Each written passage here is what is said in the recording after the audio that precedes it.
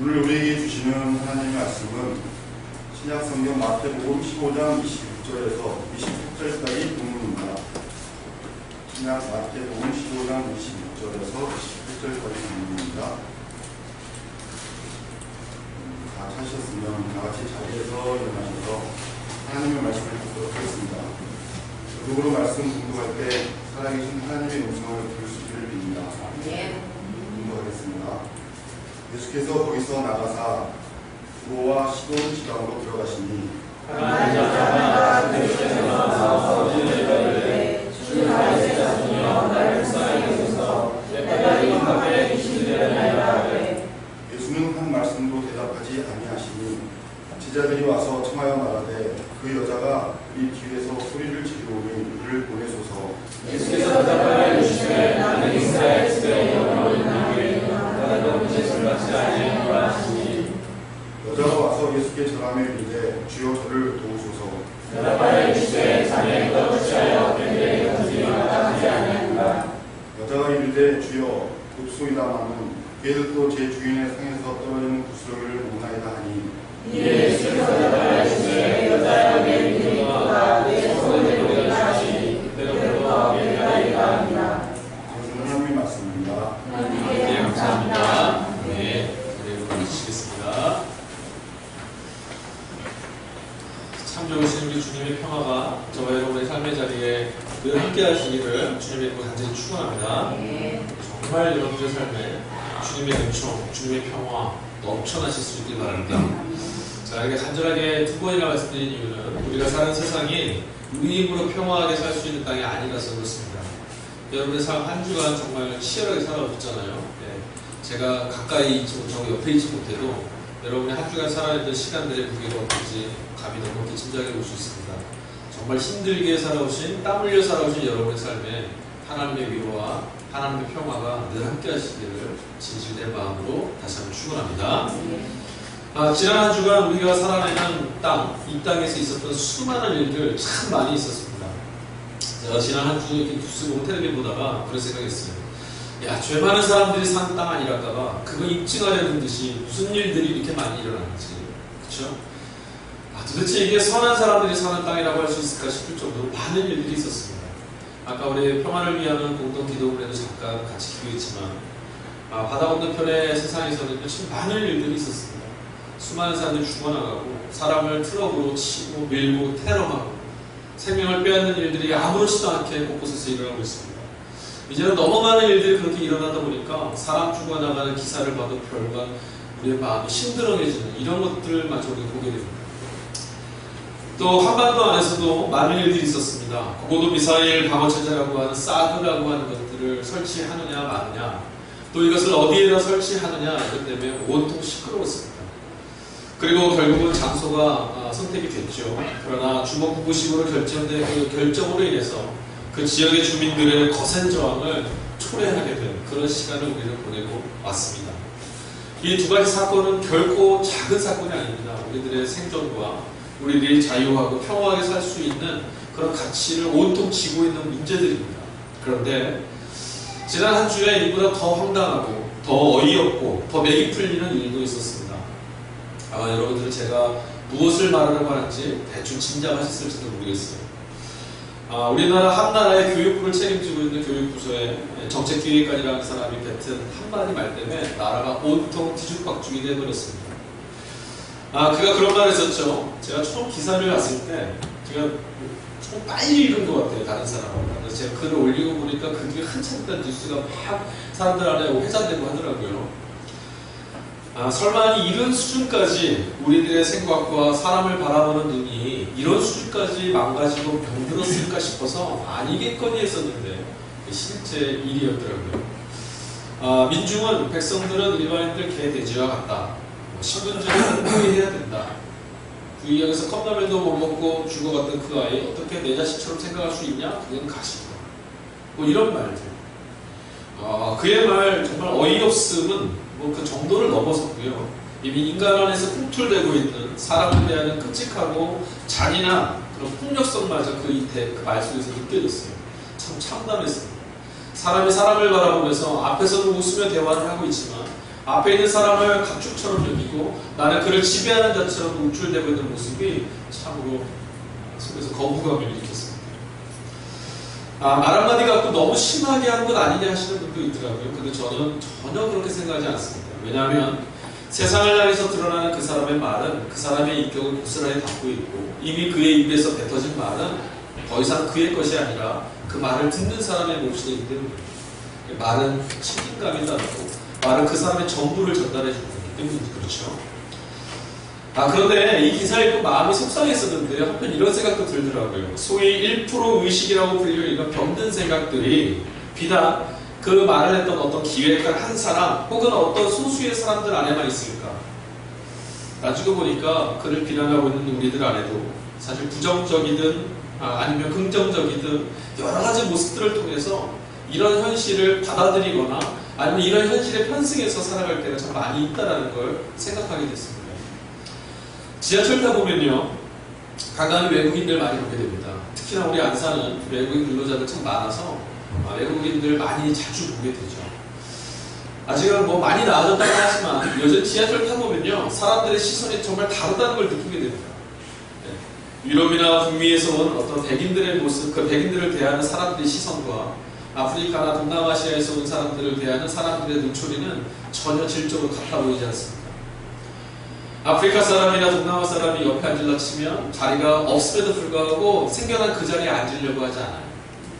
그러나 백인들이 있으면 뭔가 대단한 사람 듯이 바라보는 동경의 눈초리가 결코 우리는 이 오늘의 이 현실의 자리로부터 자유롭지 못함을 다시 한번 생각하게 됩니다. 또 있습니다. 외국인들에게만 해서 해당되는 이야기는 아니고요. 여전히 우리들은 신분이나 권력, 사회적 지위, 재력 등을 통해서 그런 이유와 근거를 통해서 사람을 차별하고 세상을 구분하는 그런 못된 습성이 남아있는 것 같아요. 어디 출신인지, 어디 학교를 나왔는지 이거 아직도 굉장히 중요한 시대입니다. 누구도 우리 사회는 이런 것들이 영향을 주지 않습니다. 한 사람이 사람으로서 판단받고 평가받는데 이런 것들은 요인이 되지 않습니다. 말할 수는 없을 것 같아요. 아이들 중에는요 또 이런 것도 있어요. 아파트에 사는 아이들하고 빌라나 연립에 사는 아이들이 함께 친구할 수 없습니다. 남의 나라 같죠? 네, 우리 동네도 있습니다. 우리 동네도 이 보로동도요 도로를 기준으로 아파트 또 도로를 기준으로 연립과 빌라가 있는데 생활 수준도 많이 다르고 아이들 안에 있는 마음도 좀 다른 것 같아요. 그러나 이것들이요 결코 우리들이 부정할 수 없는 오늘의 부끄러운 민낯임을 우리는 인정해야만 합니다. 어떤 사람을 향해서만 손을 내밀고 또 어떤 사람을 향해서만 돌을 던질 것이 아니라 이것이 저와 여러분들이 살아가는 저와 여러분들이 이루어가고 있는 세상의 한 면이라고 좀 부정하면 안 됩니다. 이 모든 차별과 편견이 어디서부터 비롯됐을까요? 우리가 나와 다른 사람, 우리와 타자를 구분을 하려고 하는, 구별해내려고 하는 그런 마음 때문에 생긴 것이라고 봅니다. 다시 말해서 너와 나는 다르다. 나는 너가 될 수 없고 너는 결코 나와 같을 수 없다. 이 마음. 이것이 이렇게 맞는 거라고 생각합니다. 나를 강하게 인식하고 나를 강하게 생각하는 어떤 자존감이라던가 자기애가 뛰어난 사람, 심한 사람일수록 타인에 대한 부정과 차별은 더 많이 삶에 나타나기 마련입니다. 선이 색깔이 짙어지면 짙을수록 또는 굵어지면 굵어질수록 경계는 뚜렷하게 나누어진다는 것과 똑같이 이치입니다. 문제는 내가 차별과 편견의 피해자, 상대방이 된다고 생각했을 때 우리의 반응과 우리가 저 사람이 나보다 못하다라고 생각하는 그런 마음속에서 대할 때 반응이 다르다는 거예요. 다 안 그런 것 같지만 우리들은 은근히 내가 저 사람보다 좀 낫다라는 생각이 들 때 그 이후에 타인을 대하는 마음이 또 반응이나 으스댐이나 자만심, 경멸, 가해자로서의 모습에 더 자연스러울 때가 많다라는 거예요. 이게 우리들의 현 삶의 모습입니다. 성경을 읽다 보니까 오늘 본문 말씀 이렇게 준비하다 보니까 오늘의 이 삶이 전혀 다르지 않게 아주 고스란히 한 대목에 들어있는 걸 발견했어요. 근데 마음이 굉장히 편하지 않았습니다. 왜냐하면 그 모습이 이방인들이나 혹은 죄인들에게서 발견된 게 아니라 예수 그리스도와 그와 함께하는 제자들 간의 어떤 대화 속에서 발견됐어요. 성경을 읽다 보면 가끔 그 내용 때문에 이거 참 난해하다, 어렵다 이런 일들 종종 좀 당황할 때가 있습니다. 문화를 모르고 언어를 몰라서 생기는 그런 당혹스럽도 있지만 본문 자체에서 특히나 오늘 본문처럼 다른 사람이 아니라 하나님의 이름으로 또는 예수님의 이름으로 또 예수님이 행하신 어떤 일들 속에서 납득하기 어렵고 또 건전하거나 보편적인 사고를 갖고서는 도저히 이해할 수 없는 일들 발견할 때 그때 참 어려워요. 이걸 어떻게 소화해야 될까? 어떻게 이해해야 될까? 차라리 죄인들이나 바리새인 뭐 이런 사람들이 그런 일들 벌였을 때는 이거 역시 죄인이니까 그렇지 치부해버리고 책장 넘기기가 쉬운 거예요. 그렇지 않을 때 참 어렵습니다. 여러분 오늘 본문 읽은 대목 여러분 많이 들어보셨을 거예요. 이 대목 마가복음에서는 그 여인의 이름을 좀 신분을 좀 다르게 얘기하는데 마가복음에서는 수르보니게 여인이다 이렇게 얘기하고 헬라인이었다는 걸 신분을 가지고 오늘 읽은 마태복음에서는 가나안 사람이라고만 얘기합니다. 대충 이런 내용이에요. 예수님께서 길을 가시는데 한 여인이 그 길목에서 예수 기다리고 있었어요. 그리고 예수 지나가실 때 소리 지릅니다. 주여 내 딸을 낫게 하소서. 내 딸이 귀신 들렸나이다. 아무도 내 딸에게서 귀신 당하게 못합니다. 귀신이 뭡니까? 사람을 지배해서 사람답게 못 사는 거예요. 못 살게 만드는 힘이에요. 내 딸이 사람답게 못 살게 됐습니다. 고통받고 있습니다. 주님 낫게 해주십시오. 근데 사람들이요 아무도 그 여인의 말에 귀 기울이지 않습니다. 예수님도 그 여인의 음성에 귀 기울이지 않아요. 오늘 본문 읽어보니까 아무런 대답도 하지 않으신대요. 제자들이 뭐라 그러면 주여 저 여자 가게 좀 해주십시오. 가라고 좀 말씀 한마디만 해주세요. 근데 이 여인이요 포기하지 않습니다. 계속해서 달려듭니다. 주여 낫게 해주소서. 예수님 뭐라 하셨냐면 인자는 이스라엘에 잃어버린 양에게만 왔다. 근데 이 여인이 그러죠. 그러나 주여 주인의 상에서 떨어진 부스러기라도 개를 먹지 않습니까? 예수님께서 더 심한 말씀을 하세요. 그 대목 참 어려웠어요. 우리가 아는 예수님이라면 사랑의 주님이라면 원수를 살려내려고 자기 목숨까지 아끼지 않고 이 땅에 오신 분이라면 이리 와. 너가 저를 제일 고쳐. 이리 와봐. 내가 고쳐줄게. 얼마나 고생했어. 이러셔야 좀 의뢰가 될 텐데 잃어버린 양에게 오지 않았다. 이스라엘에 잃어버린 양에게만 왔다. 너 같은 이방인에게 나는 가지 않는다. 이 말이란 말이에요. 무시했어요. 모욕감까지 주고도 개만도 못한다. 여러분 평상시 본문 읽으실 때 어떠셨어요? 그냥 뭔가 다른 뜻이 있겠지 하고 넘어가셨습니까? 아니면 그래 문자적으로 그냥 은혜 베푸신 것만 읽자. 낫게 하셨대잖아. 이렇게 읽고 계십니까? 어떻게 해결하셨습니까? 가나안 여인을 바라보는 제3자로서 객관적인 자리에 서 있을 뿐인데도 우리 마음이 편하지가 않습니다. 만약에 제가 그 솔로몬에게 여인이었다면 정말 죄송합니다. 침을 뱉고 그냥 돌아섰을지도 모르겠어요. 욕을 하고 돌아섰을지도 모르겠어요. 네가 예수야? 네가 하나님의 아들이라고? 그래 잘났다. 이렇게 하고 돌아섰을지도 모르겠어요. 근데 이 여인은 주님의 발 앞에 끝까지 무릎을 꿇었죠. 사람들은 가끔 이런 설교를 합니다. 수로보이게 여인의 믿음을 좀 보라. 이 여인의 믿음이 얼마나 크냐. 아무리 발시해도 아무리 무시해도 주님께 믿음을 갖고 나아간 이 여인 얼마나 대단하냐. 그런데 저는 그렇게 얘기가 속이 편하지가 않더라고요. 한번 생각해보세요. 대체 사랑의 주님이 원수되었던 죄인까지 구원하셨던 그분이 아니 자신을 십자가에 못 박고 죽이고 채찍질할 때까지 저들의 죄를 용서하셔서 했던 그 주님이 그것도 여인을 많은 사람들이 보는 앞에서 그렇게 모욕을 주고 고압적인 모습으로 대하셨는지 전혀 받아들이기 어렵습니다.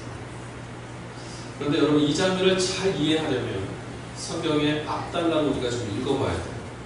이 단락의 앞에 있는 내용을 조금 읽어봐야 하고 뭔가를 힌트를 얻을 수 있습니다.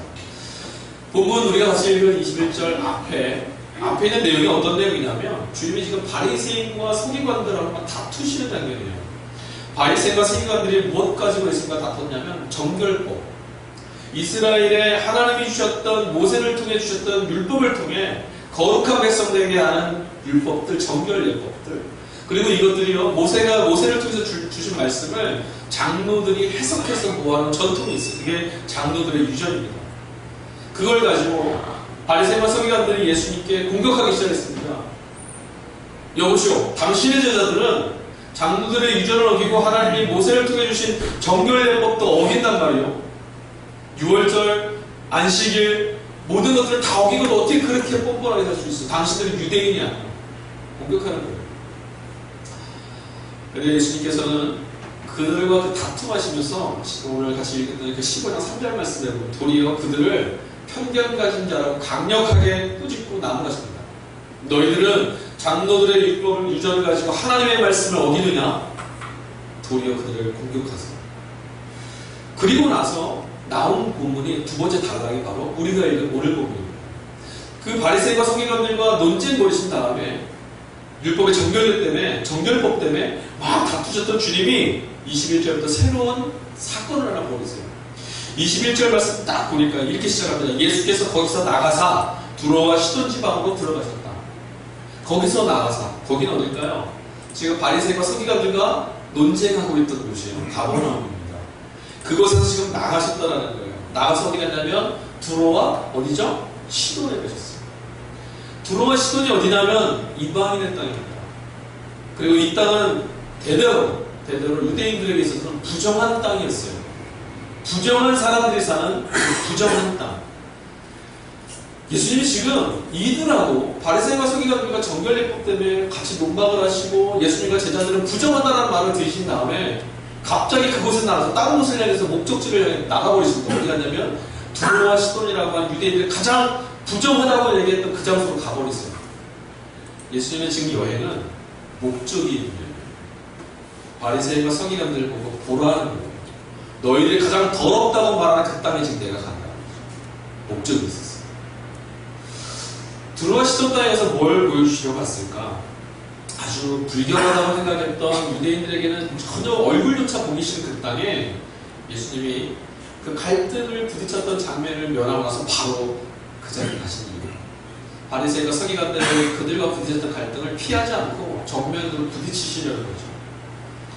주님은 거기서 한 여인을 만났습니다. 아까 말씀드렸던 바로 그 여인입니다. 딸이 귀신 들려서 아무것도 할 수 없는, 정상적으로 살 수 없는 그 여인을 그 딸을 둔 어머니 가나안 여인을 만났습니다. 가나안 여인, 이방인이죠. 이방 맞죠? 가나안이 어떤 땅입니까? 지금 이스라엘 사람들이 살고 있는 땅이에요. 바리새인과 서기관들이 하나님의 백성이라고 하면서 하나님 주신 땅이라고 살고 있는 그 땅입니다. 그런데 이 땅이 어떤 땅입니까? 오늘 대화의 장면보다 1200년 전쯤에 이런 일이 있었어요. 예수님이 모세를 통해서 가나안을 너희들에게 주겠다. 젖과 꿀이 흐르는 그 땅에 들어가서 너희의 땅을 삼아 살아라. 어떻게 했습니까? 가나안 땅에 들어가서 그곳에 사는 원주민들을 다 내어줬고, 그렇죠? 그래서 살게 됐어요. 오늘날도 팔레스타인 땅에는 갈등이 참 많죠. 이스라엘 사람들과 팔레스타인인들이 누가 주인이냐 그러고 막 싸웁니다. 이스라엘 사람들이 팔레스타인 땅에 막 함부로 돼요. 팔레스타인 사람들 우리에게 자유를 달라고 싸웁니다. 원래 땅 주인은 누굽니까? 가나안 사람들이에요. 원주민들이에요. 더 원리적으로 말하면 땅 주인은 하나님이시지만 그곳 살던 이들은 토착민들은 가나안 사람들입니다. 이 여인은 지금 원래 그 땅 주인이었던 소리예요. 그런데 지금 바리새인과 서기관들, 유대인들은 뭐라 말하냐면 너희들은 부정하나 나가라 입니다. 바로 그 여인이 주님 앞에 섰습니다. 여인의 딸이 흉악한 귀신 들렸다고 고쳐달라고 애원합니다. 근데 23절 말씀 보니까 주님은 아무런 대꾸도 하지 않았습니다. 없는 사람이에요, 이 여인. 투명 인간 취급하십니다. 딸의 아픔과 고통으로 부르짖고 있는 여인을 본체만치 하십니다. 그리고 먼 발치에 서 계십니다. 없는 사람 취급하시는 예수님의 그 표정이 생각나니까 아찔해집니다. 우리 주님은 그러시면 안 됩니다. 우리 주님의 표정은 늘 인자하셔서 누구든지 자신의 손을 내미는 이에게 한없는 은혜와 은총과 자비로 대하시는 분이셔야 되는데 왜 이러시죠? 왜 아무런 말씀도 하지 않으셨을까 생각해보니까 여러 가지 아마 좀 추정해볼 수가 있어요. 아마도 바로 이전에 논쟁을 벌였던 바리새인과 서기관들, 그들의 태도, 그리고 자신을 기다리고 있다가 이곳에서 자비를 구하는 이 여인, 그 두 사람들을 비교하고 계시면서 사람이 어찌 이게 다를까 생각하고 계시는 것인지, 아니면 아까 말씀드렸던 어떤 분들이 설교하나 메시지 그 풀이하시는 것처럼 이 여인의 믿음이 흔들리지 않고 조금 더 강해지기를 바라고 계셔서 일부러 그러신 것인지 잘 모르겠습니다. 마침내 입을 여신 주님의 입에서 나온 말씀이요, 아주 아주 매섭습니다. 이스라엘의 잃어버린 양 외에 나는 다른 데 보냄을 받지 않았다. 너는 이스라엘의 잃어버린 양이 아니다. 너는 이방인이다. 난 너하고는 상관없다. 너한테 갈 일이 없다. 이 말이에요. 여러분 한번 생각해 보세요. 주님이 이곳에 와 계셔서 임하셨습니다. 그래서 많은 병자들이 오고 고통당하는 이들이 이곳에서 주님께 기도받고 주님께 복받고 기쁨으로만 돌아가고 있는데 저와 여러분의 치명적인 질환이나 연약함을 갖고 이 문을 열고 들어왔습니다. 근데 주님 뭘 하시냐면 넌 뭐냐? 넌 이 교회에 등록되어 있지 않잖아. 나가. 그럼 어떻게 하시겠어요? 아마 저는 다 때려 부실지도 모르겠어요. 주님 지금 그렇게 말씀하시는 거예요. 아마 이 여인의 가슴에 정말 시퍼런 몽이 들었을 것 같아요. 대못이 박혀서 야, 하나님의 아들이라고 어떻게 저럴 수가 있지? 나에게 얼마나 큰 상처가 있습니까? 25절에 여자가 그런데 이렇게 합니다.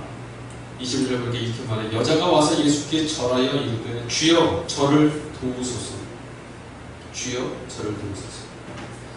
여기서 이 여인의 행동이 참 재밌어요.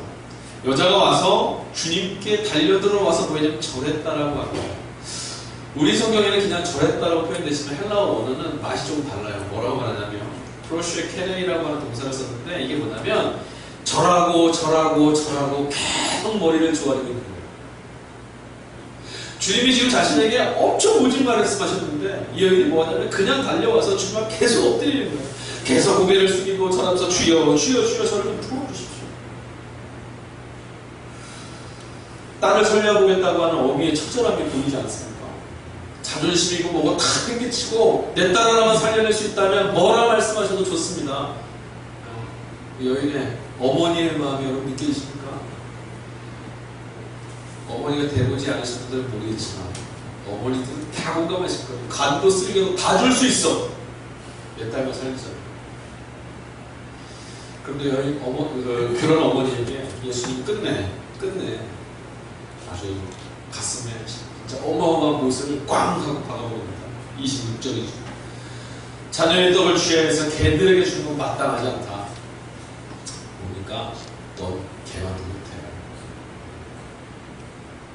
이게 주일설이 맞죠? 여인의 입장에서 본문을 읽고 보니까 이 마지막 대목에서요 도대체 성경 못 읽겠어요.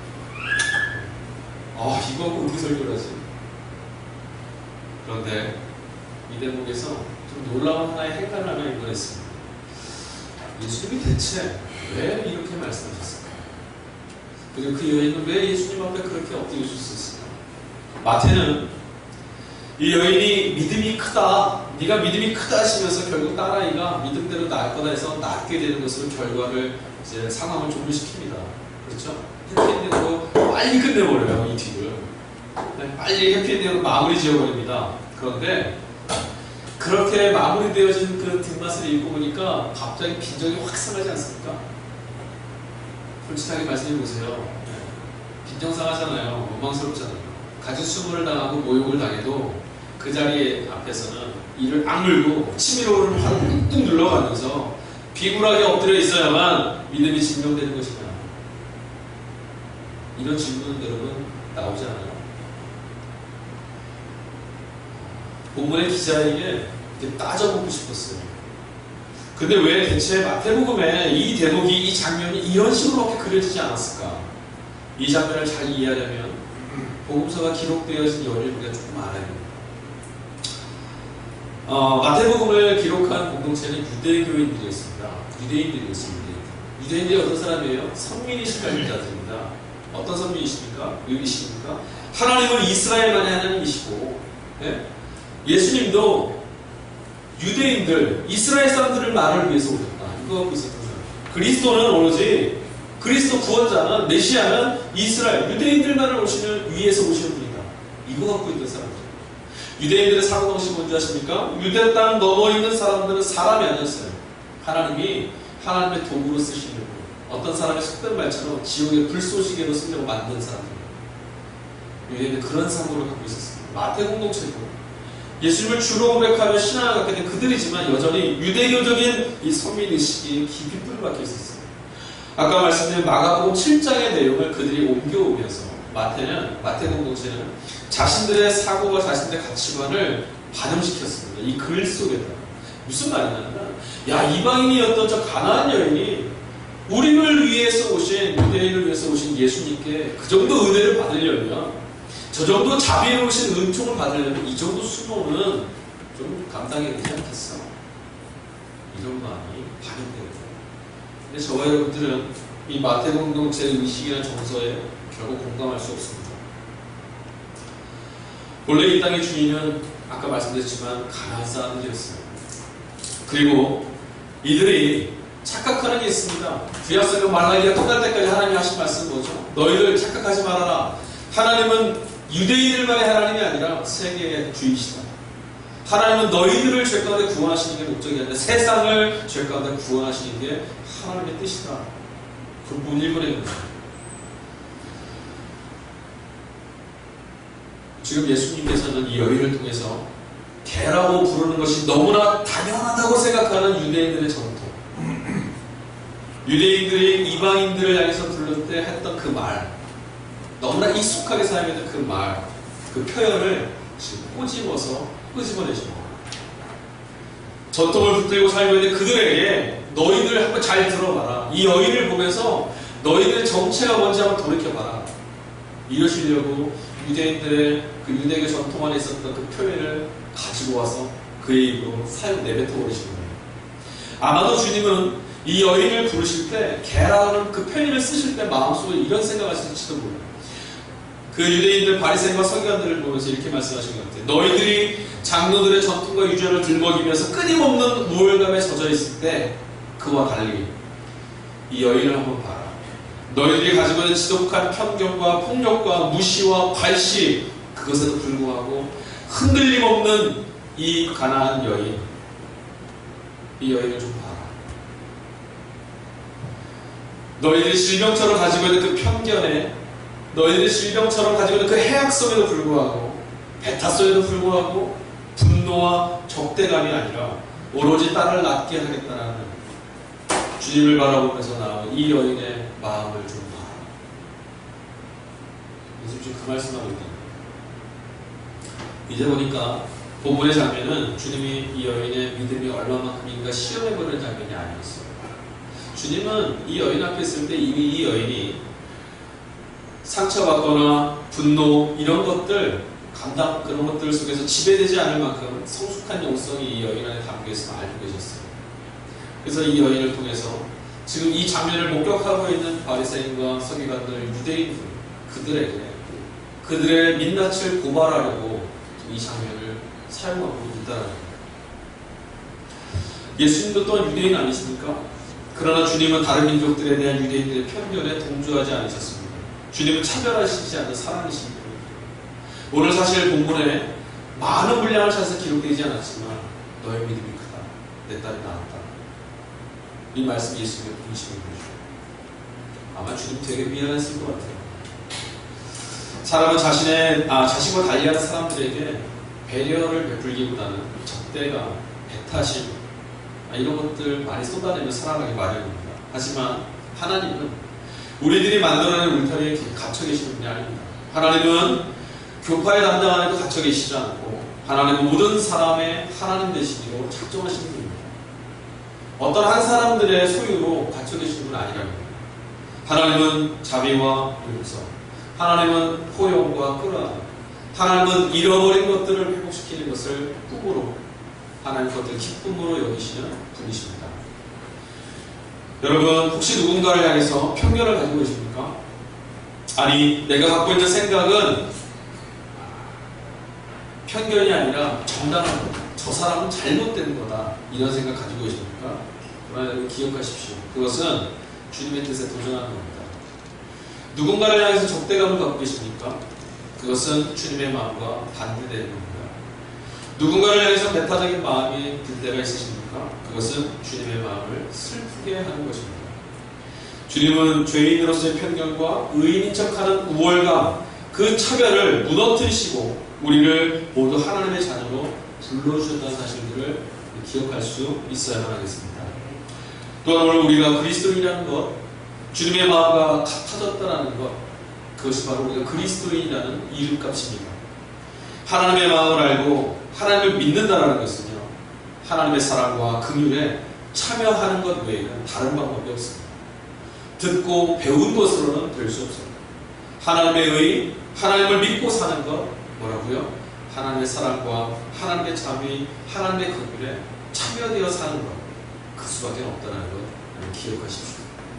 오늘 예수님께서 이 가난한 여인 한 사람을 통해서 하나님을 잘못 이해하고 온갖 편견과 폭력과 무시와 괄시, 이 차별을 가지고 세상을 보통 혼탁하게 만드는 그 사람들 누구인가 여러분 한번 기억해 보십시오.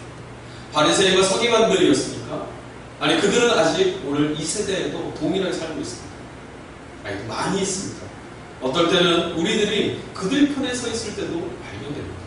그러나 오늘 우리는 바리새인과 서기관들의 그 의로운 자리가 아니라 사람들 앞에서 주님께 모욕당하는 것 같지만 그러나 주님을 뜨겁게 사랑하셨고 주님을 뜨겁게 사랑했던 믿음으로 하나님이 오르시다라는 믿음을 붙잡고 있었던 그 수로보닉의 여인, 사람들이 비난하고 손가락질 했던 그 여인의 편에 저와 여러분의 삶의 모습이 발견될 수 있기를 주님의 이름을 간절히 축원합니다. 그것이 아까 우리가 기도했을 때 함께 나눴던 악으로 가득 찬 세상을 하나님의 나라로 바꾸어가는 길인 줄로 믿습니다. 우리 같이 주신 말씀 기억하면서 기도하겠습니다. 하나님 감사합니다. 예수 믿고 구원받게 하셔서 하나님 나라 백성 되게 해주셨습니다. 예수 믿어 죽음에서부터 자유를 누리는 생명 주셨습니다. 감사합니다. 그러나 주여 여전히 구원받은 우리들의 삶의 모습이 구원받지 못했던 죄인들의 삶의 자리에 동일하게 겹쳐 있으니 주여 은혜를 베풀어 주셔서 자비를 베풀어 주셔서 가난한 여인이 주님 앞에 있었던 그 장면을 보면서 찔림받고 돌아갔을 그 누군가처럼 우리도 삶의 자리에서 예수 믿는 자답게 변화되게 하여 주시옵소서. 차별과 또 모독과 괄시, 나와 다른 그것을 유독 크게 보는 그런 사람들이 아니라 끌어안는 사람, 포용하는 사람, 하나님의 사랑으로 하나 되는 사람, 그런 사람의 자리에 우리의 인생이 걸어갈 수 있도록 붙들어 주시옵소서. 감사합니다. 거룩하신 예수님의 이름으로 기도하였습니다. 아멘. 고맙습니다. 이제 우리 세상을 향해서 말씀 갖고 나가기를 기대해 봅니다. 자리에서 모두 일어나셔서 세상을 향해서 나가도록 하겠습니다.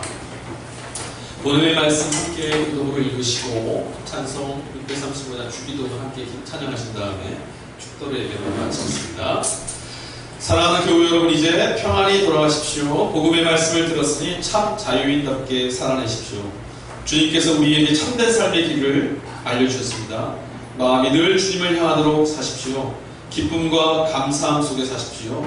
선한 일을 힘써 행하십시오. 주님께서 우리의 삶을 아름답게 이끌어 가실 것입니다. 아멘. 그런데고 부질없는 것들에 마음 사로잡혀 살아온 지난날의 모습을 반성합니다.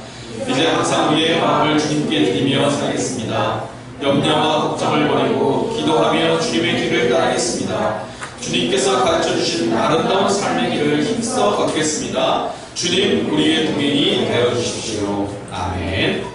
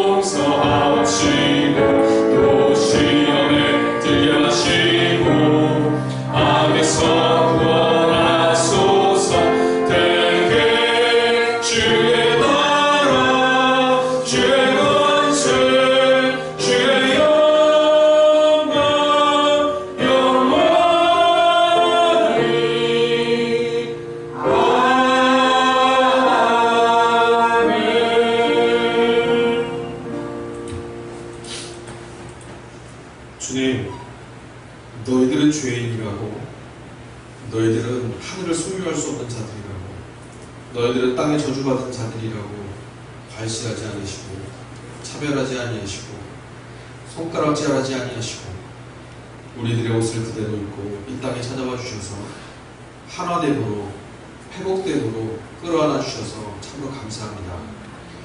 하나님 앞에 설 때에 우리는 아무런 자격도 없고 하나님 앞에 설 때에 우리의 모습은 정말 비참하기 이를 바 없습니다. 그런 우리를 사랑하신다고, 그런 우리를 너는 내 아들과 딸이라고, 그런 우리를 너는 내 목숨과도 바꿀 수 있는 친구라고 말씀해 주셨으니 주님 참 고맙습니다.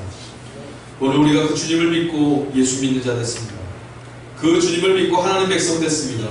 우리의 삶도 주님처럼 차별과 폭력과 나눔과 구분의 세상이 아니라 하나됨으로 끌어안음으로 용납함으로 하나 되어지는 하나님 나라 백성답게 살아내게 주시옵소서.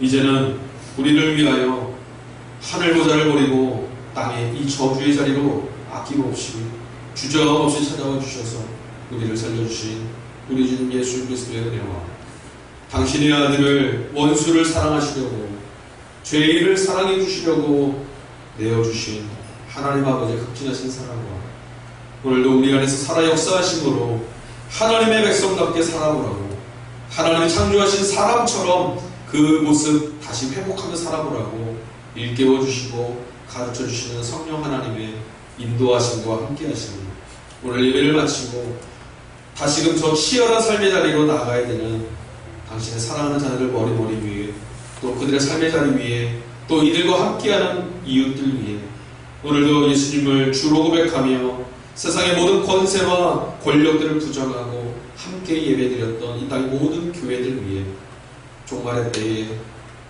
하나님께서 반드시 구원하실 이 땅의 모든 사랑하는 자녀들 머리 위에 영원토록 함께 하시기를 간절히 축원하옵나이다.